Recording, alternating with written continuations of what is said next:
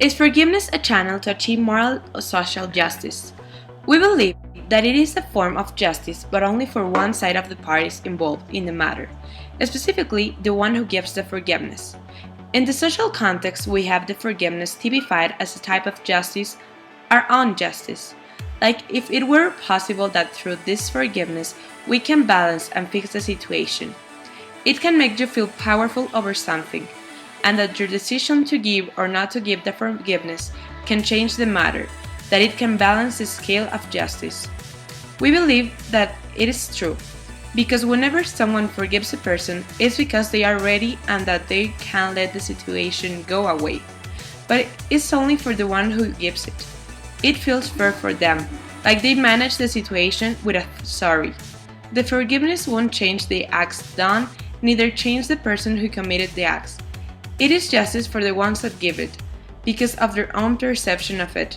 The society perceived it that way also when they give forgiveness to a party as a society is their own way to control justice, their turn to decide what is ethic and what not, because justice is a concept a society creates, and also decides what should be worthy of forgiveness and what not. It is an easy way to equilibrate the social morality. Forgiveness can sometimes be seen as an act of pure egoism, and after making some research, we found the current ethical egoism, in which, according to the Stanford Encyclopedia of Philosophy, claims that in order to perform an action, it must maximize self-interest. Self-interest is to look for your own selfish happiness, but do not confuse with selfishness, because it doesn't mean to drag others down for your own gain. It means exploring your highest potential, living happily among others, respecting their own freedom, but especially making good for you and making good for everybody. Going back to forgiveness, we believe it parts way from this current. We see forgiveness as a standard moral and we do not dare to question it, but while digging further on it, we often look for forgiveness to feel better at ourselves. As Mer suggests, the reason for one perceiving its good is the goodness of the things obtained. If what is obtained is good, then there is a reason for everyone to do the same. That way, we look for greatness in forgiveness. In a social context, we have the forgiveness typified as a type of justice, or injustice. Like if it were possible that throughout this forgiveness, we can balance and fix the situation. Sometimes, forgiveness can be seen as an agreement, and it does not materially undo the consequences of the reprehensible actions done. What matters is the symbolic impact in the recognition that nothing else could have been done, and now the only thing left is to apologize. Otherwise, really nothing was done. I said it, I was wrong, and I apologize. Ich stehe vor Ihnen, den Überlebenden, den Nachfahren der Opfern, den Alten und den Jungen, den Bürgerinnen. What are the implications of forgiveness using the tools of the modern era? An example. Is there anything to say that the celebrity meant the apology she gave? In this scenario, is the condemnation or pardon of the man she wronged more or equally important than that of the internet using masses? If you are forgiving somebody online, you would be addressing possibly a double audience, namely the person who did you the wrong, but also whoever else it is who has access to all this data. The man who said this is Charles Griswold.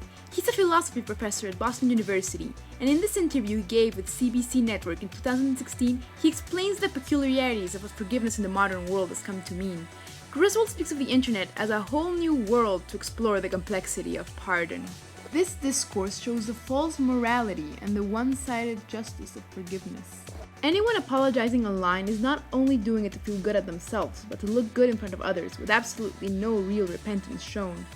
To refute this, Griswold spoke about what forgiveness can do for oneself and one's intrapersonal relations. Forgiveness alleviates guilt for the forgiven, but also allows the forgiver to let go of moral hatred. In spite of this, it does not require the parties to involved to reconcile, meaning that if the forgiver is reluctant to let go, it is only the one who did the initial wrong who feels satisfied. This selfish act only goes to prove that forgiveness is indeed a selfishness, because before caring about being forgiven by others for our wrongdoings, it is more important to us that we feel forgiven by ourselves and the society that surrounds us. Opposing current stance will be altruism. This term was first defined in the 19th century by Auguste Comte, a French philosopher known for founding the current of positivism. Altruism is defined as being motivated to do good for the sake of benefiting someone else, without taking our desires into consideration when doing it. Essentially, altruism as a concept is proposed as the opposite of egoism, or being selfish, which is when you do something expecting it to be beneficial for you without thinking of ways how it could affect others. But how does being altruistic actually oppose our stance? Well, in our stance we mentioned that the act of forgiving is essentially selfish. The forgiver is the only one that is benefited by forgiving another person, as the act of forgiving or not is a way to give you power over a situation and balance justice in a way that makes you feel you have a say in the way the situation is handled. When forgiving someone, we do it to feel better after being wronged.